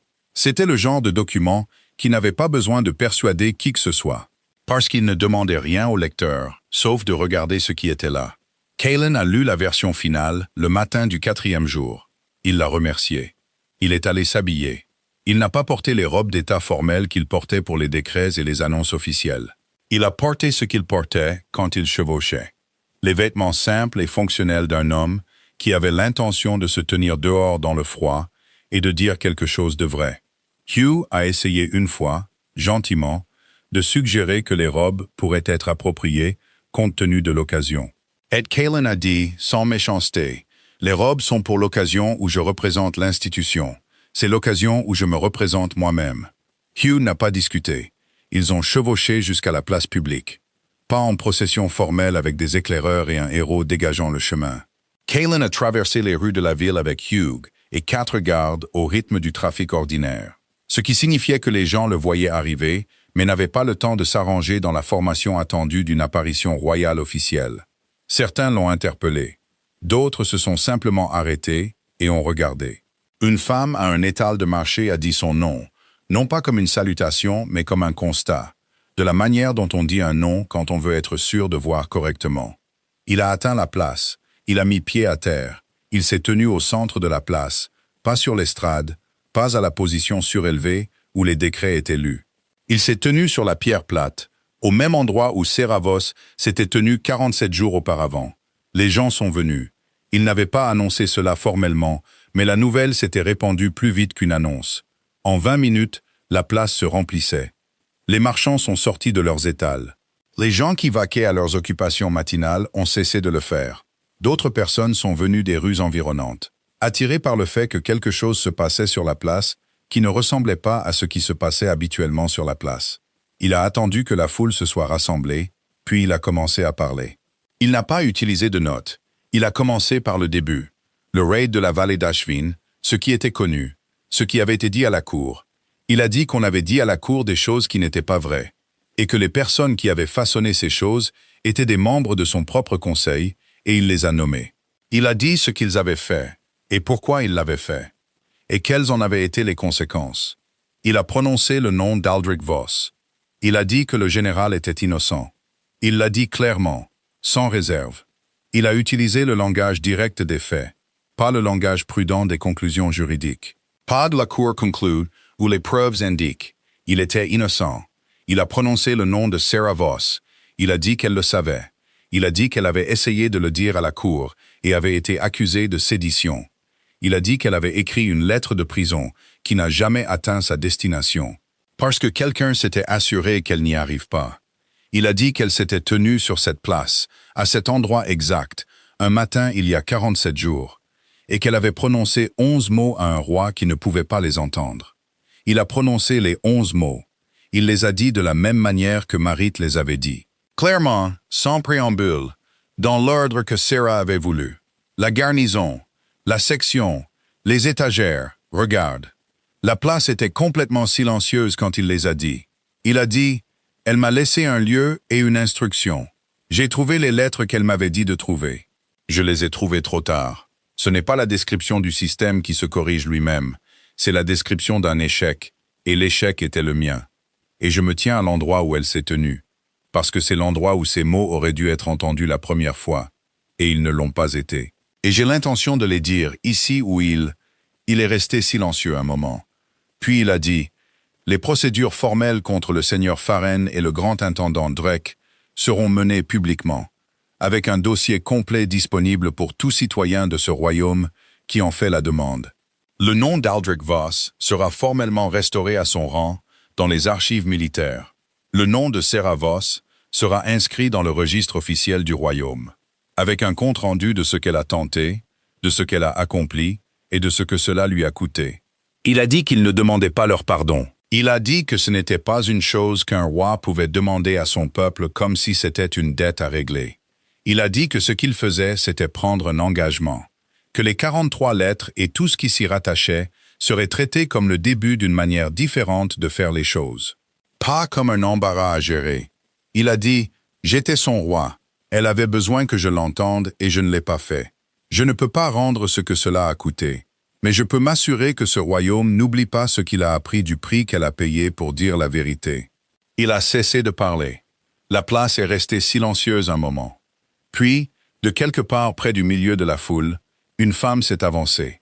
Elle portait quelque chose, une seule fleur d'hiver, blanche, du genre qui poussait le long des routes de l'Est à cette époque de l'année. Elle s'est penchée et l'a posée sur la pierre à ses pieds, au centre de la place. Elle s'est redressée et a reculé. Une autre personne s'est avancée et a posé une autre fleur, puis une troisième. Cela a continué pendant un moment. Kaelen est resté et a regardé, parce que partir aurait été mal. Et parce qu'il lui devait au moins ça. Se tenir sur cette place et regarder les gens de son royaume faire la chose qu'il n'avait pas pu faire pour elle de son vivant. Hugh est venu se tenir à côté de lui à un moment donné. Il n'a rien dit. Il était doué pour ça. Les fleurs s'accumulaient sur la pierre. Kaelen est resté debout et a laissé l'air froid traverser la place. Il a pensé aux 11 mots, à la boîte en bois et à la jeune fille qui avait passé sa dernière nuit dans une cellule de prison. Elle mémorisait des choses qu'elle avait peur de voir perdues. Et au fait qu'elle ne l'avait pas été, pas entièrement, parce qu'elle avait été assez prudente, assez têtue et assez lucide pour laisser derrière elle quelque chose qui pourrait survivre à ce qu'on lui avait fait. Il ne se sentait pas comme un roi à ce moment-là. Il n'était pas sûr de ce qu'il ressentait. Quelque chose de plus petit et de plus honnête qu'un roi. Quelque chose qui pourrait, avec assez de temps et de travail, devenir quelque chose digne du titre. Il est resté jusqu'à ce que la dernière personne ait posé sa fleur et reculé. Puis il s'est retourné et s'est dirigé vers son cheval. Le procès officiel du seigneur Faren et du grand intendant Drake a commencé 11 jours après l'annonce sur la place. Il s'est tenu dans la grande salle du tribunal du palais. Elle était assez grande pour accueillir un nombre important d'observateurs. Cailen avait pris la décision, contre l'avis des membres restants de son conseil, qui soutenaient que cela créerait un précédent inconfortable pour étaler publiquement les conflits internes du royaume, de permettre à tout citoyen de Valdenmoor qui le souhaitait de se présenter à la porte et d'entrer si l'espace le permettait. L'espace n'a pas permis d'accueillir tout le monde. La salle contenait peut-être 300 personnes, en plus des participants officiels de la cour. Le premier matin du procès, la file d'attente à l'extérieur de la porte s'étendait sur 2 rues dans la ville. Cailen a regardé depuis sa position à l'avant de la salle, pendant que la salle se remplissait. Il a pensé à ce que signifiait que tant de gens soient venus. Pas par soif de sang, les visages qu'il voyait n'avaient pas cette qualité. Ce qu'ils avaient était quelque chose de plus sérieux. L'attention de gens qui avaient compris que quelque chose d'important leur arrivait. Quelque chose qui affectait l'institution sous laquelle ils vivaient, et qui avaient décidé qu'ils allaient y assister. C'est ce que Serra Voss avait demandé à la cour de lui accorder au début, quand elle avait demandé une audience. Elle avait simplement voulu que les gens soient présents pour la vérité. Les 43 lettres ont été inscrites au registre officiel le premier matin. Le commandant de la garnison, Arthur, a témoigné de la découverte de la boîte et des conditions dans lesquelles elle a été trouvée. L'archiviste Bram a témoigné de la lettre non livrée, du formulaire de transfert falsifié et de la divergence d'écriture. Owen a témoigné des témoignages contradictoires des 4 soldats et de sa propre décision de conserver une copie des notes. Le deuxième jour, Bess a témoigné. La vétérane de 11 ans de la garde royale a décrit les derniers moments de la jeune fille clairement et sans fioriture. Elle a dit que la jeune fille était calme. Elle a dit qu'elle avait parlé en direction de l'estrade. Elle a dit que les mots étaient trop bas pour être clairement entendus à distance. Mais elle était certaine qu'ils étaient spécifiques et délibérés. Le genre de choses que l'on dit quand on veut être précis plutôt qu'entendu par tout le monde. Le troisième jour, Marit a témoigné. Elle avait voyagé depuis Fenwick 3 jours auparavant, à la demande personnelle de Cailen. Elle avait séjourné dans l'aile des invités du palais, et avait été, de l'avis de tous, entièrement peu impressionnée par l'aile des invités du palais, qu'elle avait trouvée trop chaude et trop calme. Elle a donné son témoignage assise, sur instruction spécifique de Cailen. Non pas parce qu'elle était tenue de se lever, mais parce qu'elle avait demandé à s'asseoir, et il n'avait vu aucune raison de dire non. Elle a dit ce que Serra lui avait dit. Elle l'a dit simplement, sans élaboration dramatique. Elle a répété les 11 mots dans l'ordre que Serra les avait donnés. Elle a dit la dernière chose qu'elle lui a dite, à moi, c'est que la question n'était pas ce qu'il a fait. La question est ce qu'il fait maintenant. La salle était très silencieuse quand elle a fini. La défense du seigneur Farren a offert un argument long et soigneusement construit, sur la nature des preuves, la chaîne de possession et l'interprétation spécifique des 43 lettres, comme des documents potentiellement ambigus qui pouvaient être lus de plus d'une manière. C'était un argument compétent. Les lettres étaient anciennes. L'intermédiaire n'était toujours pas identifié. Il y avait des choses qui ne pouvaient pas être entièrement prouvées au-delà des papiers eux-mêmes. Cailen a écouté chaque mot. À la fin du 4e jour, il a demandé à l'autorité juridique supérieure de la Cour, pas le représentant de Farren qui avait été remplacé, mais l'avocat de la Cour d'origine, qui était en poste, avant que l'influence de Farren ne réoriente certaines nominations, de lui expliquer quelles normes de preuve existaient dans la tradition juridique de Valdenmoor pour une action conspiratrice entraînant une exécution injustifiée. L'avocat de la Cour a expliqué que la norme était élevée, comme il se doit pour une accusation aussi grave. Mais les 43 lettres, combinées à la lettre non livrée, au formulaire de transfert falsifié et au témoignage de 3 témoins indépendants, la remplissaient. La décision formelle est tombée le 6e jour. Farren et Drake ont été reconnus coupables de conspiration ayant entraîné une exécution injustifiée, d'abus de confiance royale et d'obstruction délibérée à la justice royale. Les peines étaient à la mesure de la décision. Cailen a lu les peines lui-même, comme il le faisait toujours. Il s'est tenu à l'avant de la cour et a lu chaque accusation, chaque conclusion et chaque peine clairement. Et quand il a fini, il a fait une chose qui ne faisait pas partie du protocole standard. Il a lu les noms. Aldrich Voss, 19 ans de service, condamné et exécuté sur de fausses preuves. Son dossier est entièrement restauré à son rang dans l'histoire militaire de ce royaume. Serra Voss, 19 ans, condamné pour sédition pour avoir dit la vérité. Son dossier est restauré et son récit, ce qu'elle savait, ce qu'elle a tenté, ce qu'elle a accompli à la fin, est inscrit dans le registre officiel de ce royaume comme un témoignage formel. Il a fermé le document. Il a regardé la salle. Les gens dans la galerie étaient très immobiles. Parmi eux, il pouvait voir Merritt, qui le regardait avec la même qualité directe qu'elle avait montrée à la petite table de sa maison à Fenwick. Pas approbatrice exactement, ni désapprobatrice, simplement témoignant avec toute l'attention de quelqu'un qui avait décidé que c'était une chose qui valait la peine d'être vue. Il a soutenu ce regard un moment. Il a pensé à une lettre qui aurait dû être livrée. Il a pensé à une jeune fille qui avait passé 3 jours à réécrire quelque chose dans les marges d'un morceau de papier de prison, le rendant aussi précis que possible avant de devoir le laisser partir. Il s'est reculé de la position de lecture. Les procédures formelles étaient terminées. Les mois qui ont suivi n'ont pas été faciles. Cailen était roi depuis assez longtemps pour savoir qu'il n'y avait aucune version de ce qu'il avait fait qui produirait de la facilité. La facilité n'était pas le but. Le but était le réel, ce qui était une chose plus difficile et moins confortable à atteindre, et une qui continuait à avancer juste devant vous, peu importe la prudence de vos plans. Les 3 seigneurs qui avaient commencé à contester son autorité après l'annonce sur la place n'ont pas cessé. Ils s'étaient rassemblés dans les semaines entre l'annonce et le procès, de la manière dont les hommes opportunistes se rassemblent quand ils sentent qu'un changement de pouvoir pourrait être possible. Des réunions discrètes, des conversations prudentes, la lente accumulation d'un engagement envers une position qu'aucun d'eux ne voulait articuler trop fort. Jusqu'à ce qu'ils soient certains du terrain sous leurs pieds. 2 d'entre eux ont finalement choisi de ne pas agir. L'un d'eux, le seigneur Harwick, qui avait une influence significative dans les territoires de l'Ouest et n'avait jamais particulièrement apprécié Cailen, est allé plus loin. Il a envoyé une communication formelle à 3 autres seigneurs. Il proposait une révision de l'autorité du roi au motif de ce qu'il appelait un aveu imprudent d'échec institutionnel.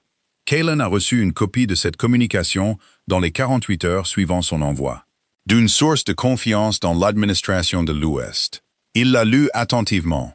Le seigneur Harwick n'avait pas tort de dire que l'aveu avait été imprudent au sens politique étroit du terme. Il n'avait pas tort de dire que cela avait rendu Cailen vulnérable. Il n'avait pas tort de dire qu'un roi qui disait publiquement, sans calcul, qu'il avait été responsable de la mort de 2 innocents, ouvrait une porte que les dirigeants prudents gardaient fermée. Ce sur quoi Harwick se trompait, c'était sur ce que tout cela signifiait pour le royaume. Cailen n'a pas répondu à la communication. Il l'a laissé reposer pendant 3 jours. Puis il a fait quelque chose qui n'était pas dans les calculs de Harwick. Il s'est rendu lui-même dans les territoires de l'Ouest, sans préavis. Il a passé une semaine à voyager à travers les communautés là-bas. Il ne rendait pas visite aux seigneurs, n'assistait pas à des fonctions formelles, mais il se déplaçait à travers les villages et les villes de marché. Il s'arrêtait pour parler avec les gens qu'il rencontrait. Des marchands, des fermiers, un instituteur qui avait beaucoup d'opinions sur l'administration du système de distribution des céréales de la frontierette.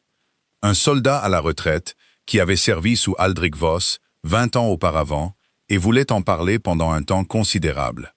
Il a tout écouté. Quand il est revenu, il a envoyé une lettre au seigneur Harwick. Ce n'était ni un avertissement, ni une menace. Elle disait « Venez me dire ce que vous pensez que le royaume a besoin, et je vous dirai ce que je fais à ce sujet, et nous verrons où nous sommes d'accord. » Harwick est venu. Ils ont passé 2 heures à parler. Tout n'a pas été confortable. Harwick avait des plaintes légitimes, des plaintes sur le rythme de la réforme administrative et l'incertitude créée par l'arrestation de 2 membres supérieurs du Conseil, et l'effet que cette incertitude avait sur les relations contractuelles dans le réseau commercial de l'Ouest. Il avait aussi des plaintes qui n'étaient pas légitimes, des plaintes enracinées dans la croyance qu'un roi qui admettait son échec était un roi en déclin, une position que Cailen pensait fausse dans son principe, mais qu'il comprenait comme une perspective. Il a traité sérieusement les plaintes légitimes. Il a dit directement à Harwick avec lesquelles des préoccupations sur le rythme et l'incertitude, il était d'accord, et sur lesquelles il travaillait déjà. Il n'a pas traité les plaintes illégitimes de la même manière. Il a simplement dit, une fois qu'il comprenait pourquoi Harwick voyait les choses ainsi, et qu'il n'était pas d'accord, et qu'il n'allait pas changer sa décision pour que le réseau commercial de l'Ouest se sente plus à l'aise. Harwick l'a regardé un long moment, puis il a dit, « Très bien. Le défi n'est pas allé plus loin. Les terres frontalières ont commencé à revenir lentement. De la manière dont la confiance revient quand on lui a demandé de faire quelque chose pour lequel elle n'a pas été conçue, et qu'on lui a ensuite donné une raison, non exigée, de revenir. Les rapports de recensement ont recommencé à arriver des villes du Nord-Est. Les dîmes ont repris à bras-calots. Les routes commerciales qui s'étaient tues ont rouvert par petites touches. Une charrette ici, une expédition là. L'accumulation de décisions individuelles prises par des personnes individuelles, qui observaient pour voir si ce qui avait été dit sur la place était une performance ou une position. C'était une position. Gwen a construit le cadre juridique qu'elle avait promis et il a tenu. Le dossier complet de la procédure Voss, y compris les 43 lettres, le registre d'entrée de la prison, le formulaire de transfert falsifié, les divergences des témoignages de l'exécution et le récit de Marit, a été mis à disposition, via les archives royales, à tous citoyens qui en faisaient la demande. Le premier mois, 12 personnes ont fait des demandes formelles. Le deuxième mois, 47. À la fin de l'année, le dossier complet avait été référencé dans les procédures judiciaires de 2 autres royaumes. Leur cour avait entendu parler de ce que Valdenmoor avait fait et voulait comprendre comment cela fonctionnait. La stèle de pierre a été placée sur la place publique le 3e mois. Elle n'était pas grande. Cailean avait spécifiquement refusé les conceptions qui étaient grandes. Le monument imposant, la base surélevée, le relief sculpté, il voulait quelque chose qui vivait au niveau de la pierre, quelque chose que l'on pouvait dépasser et manquer si l'on ne faisait pas attention, quelque chose qui récompensait l'attention plutôt que de l'exiger. La stèle était en pierre grise lisse, rectangulaire, posée au ras de la surface de la place. Dessus, il y avait 2 noms, Aldrich Voss, Sarah Voss. Sous les noms, les 11 mots qu'elle avait prononcés sur ce sol. Juste les mots. Pas d'explication, pas de contexte, pas de note disant ce qu'ils signifiaient. Cailean avait pensé à ajouter une explication, puis avait décidé de ne pas le faire. Les 11 mots étaient assez spécifiques pour être significatifs, et assez ouverts pour rendre curieux quiconque les lisait sur l'histoire derrière eux. Et curieux était exactement la bonne chose à être pour une personne. Les gens curieux posent des questions. Poser des questions était ce que Sarah Voss avait fait jusqu'à la fin. Il a visité la stèle pour la première fois le matin où elle a été placée, après que les jardiniers aient fini le travail et avant que la place ne se remplisse du trafic ordinaire de la journée. Il s'est tenu là et l'a regardé un moment. Il a lu les 11 mots, qu'il avait maintenant mémorisés d'une manière différente de celle de Sarah. Non pas parce qu'il avait peur de les perdre, mais parce qu'ils étaient devenus la chose à laquelle il revenait quand il avait besoin de se souvenir pourquoi certaines décisions n'étaient pas négociables. Il a pensé à la jeune fille qui les avait dit. Il a pensé à ce qu'elle avait été. Méthodique, têtue, lucide, 19 ans, portant une vérité qu'elle avait trouvée dans les marges des papiers de son père, et refusant de la lâcher, même quand toutes les voies officielles avaient été fermées. Pas héroïque de la manière dont les histoires l'entendent habituellement. Pas triomphante, pas sans peur, pas agissant depuis une position élevée qui rendait le bon choix facile. Elle avait eu peur les premières semaines, avait dit Marit. Elle n'avait pas su si ça marcherait. Elle l'avait fait quand même, avec le courage spécifique et sans éclat de quelqu'un qui a décidé que ne pas le faire est pire que le coup d'essayer. Il lui devait plus qu'une stèle, il le savait. La stèle était l'une des choses qu'il pouvait lui donner, pas la totalité. La totalité était un travail différent, plus lent, moins visible. Le genre qui se produit dans l'accumulation de petites décisions prises jour après jour dans le fonctionnement ordinaire d'un royaume. Cela se produisait dans les processus judiciaires qu'il avait réformés. Qui incluait maintenant un examen obligatoire de toute accusation de sédition déposée dans les 3 mois suivant des procédures pénales connexes, pour que ce qui était arrivé à Sarah Voss dans cette salle d'audience ne puisse pas simplement se répéter, sans que quelqu'un soit spécifiquement obligé de s'y pencher. Cela se produisait dans les protocoles d'archives que Bram l'avait aidé à concevoir, qui suivaient la livraison de toutes les communications des prisonniers via un 2e registre indépendant. Cela se produisait dans l'instruction permanente qu'il avait donnée à son réseau de coursiers personnels, de signaler tout message marqué urgent et lié à des preuves pour son attention directe, quel que soit le canal par lequel il voyageait. Cela se produisait dans la façon dont il écoutait maintenant, qui était différente de la façon dont il avait écouté avant. Pas plus prudent. Exactement. Pas plus hésitant. mais plus disposé à rester avec l'inconfort d'une question plus longtemps avant de décider qu'elle avait une réponse. Plus disposé à considérer que la personne en face de lui, quelle que soit sa position ou l'accusation portée contre elle, pourrait savoir quelque chose qu'il ne savait pas. 3 ans après l'exécution, une jeune femme des provinces de l'Est est venue au palais. Elle a demandé une audience à la cour concernant son frère. Il avait été emprisonné pour vol. Elle pensait qu'il avait été identifié à tort comme le responsable. Une audience lui a été accordée. On lui a donné 2 heures pour présenter son récit. Elle a apporté des dossiers. Elle a amené 3 témoins. Elle était spécifique et méthodique, et elle n'a pas pleuré, bien qu'il soit clair qu'elle avait mis longtemps à arriver à cette version de son argument, la version qui était assez précise pour être entendue, plutôt que la version qui exprimait à quel point elle avait désespérément besoin que quelqu'un l'écoute. Kaylin est resté assis pendant les 2 heures sans parler.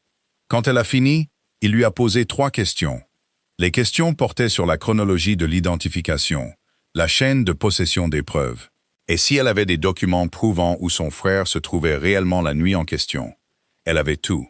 Il a envoyé l'affaire à l'avocat de la cour avec une instruction personnelle, qu'elle soit entièrement examinée dans les 14 jours, et que l'examen comprenne un entretien direct avec le frère, et un examen indépendant des preuves. L'examen a conclu que l'accusation n'était pas fondée. Son frère a été libéré. Elle a écrit au palais par la suite. Une lettre formelle de gratitude adressée au bureau du secrétaire de la Cour. Le secrétaire de la Cour l'a apportée à Kaylin dans le cadre de l'examen de la correspondance de routine. Kaylin l'a lu. Il l'a placé dans un dossier spécifique qu'il avait commencé à garder séparé du registre officiel. Il ne contenait que des documents de gens ordinaires, sur des moments particuliers où le système avait fait ce qu'il était censé faire. Il ne savait pas s'il était un meilleur roi. Il n'était pas sûr que ce soit le bon cadre. Il était plus honnête sur ce qu'il ne savait pas, ce qui ressemblait parfois à de la faiblesse et parfois à autre chose. Et les moments où cela ressemblait à autre chose augmentaient lentement. De la manière dont les choses augmentent quand on les fait délibérément plutôt que d'attendre qu'elles se produisent. Une fois par an, à la même date, il venait sur la place avant le début de la journée de la cour. Il venait seul, sans yugue, sans garde. Il marchait depuis le palais, au petit matin, quand la place était vide, et que la ville décidait encore de se réveiller. Et il se tenait devant la stèle et lisait les 11 mots. Il n'en parlait jamais, il ne l'annonçait jamais. Il venait simplement, se tenait là et retournait au travail. Certaines années, il pleuvait. Certaines années, le ciel était du pâle clair et lumineux du début de l'hiver. Le même ciel qui avait été au-dessus de la place le matin où elle s'était tenue ici. Certaines années, des gens le voyaient en chemin et le regardaient de loin. Et certaines années, personne ne le voyait du tout. Il restait toujours assez longtemps pour dire les mots. Il retournait toujours. La stèle restait au centre de la place, au ras de la pierre, discrète. Le genre de choses que l'on pouvait dépasser et manquer si l'on ne faisait pas attention. Beaucoup de gens la dépassaient. Beaucoup de gens s'arrêtaient. Quelques-uns d'entre eux, au fil des ans, ont trouvé le chemin des archives royales. Ils ont demandé le dossier complet, l'ont lu, et en sont repartis avec la connaissance spécifique et particulière. Que la santé d'un royaume ne se mesurait pas à sa capacité à ne pas faire d'erreur, mais à ce qu'il faisait quand il les découvrait. C'est ce qu'elle lui avait donné. Pas l'absolution, pas le pardon, pas la résolution nette vers laquelle les histoires tendent habituellement. Elle lui avait donné un lieu, une instruction et 11 mots, et elle avait fait confiance que quelqu'un, un jour, serait assez attentif pour en faire quelque chose. Il se tenait devant la stèle, par un matin calme de la 3e année. Il a regardé son nom et a pensé à une jeune fille qui n'avait pas eu peur à la fin. Et il a pensé à toutes les façons dont il apprenait encore ce que cela signifiait. La ville se réveillait autour de lui. Les bruits de la ville arrivaient, lents et ordinaires. Des roues sur la pierre, une porte qui s'ouvre, quelqu'un qui commence sa journée. Il est resté un peu plus longtemps, puis il est retourné au travail.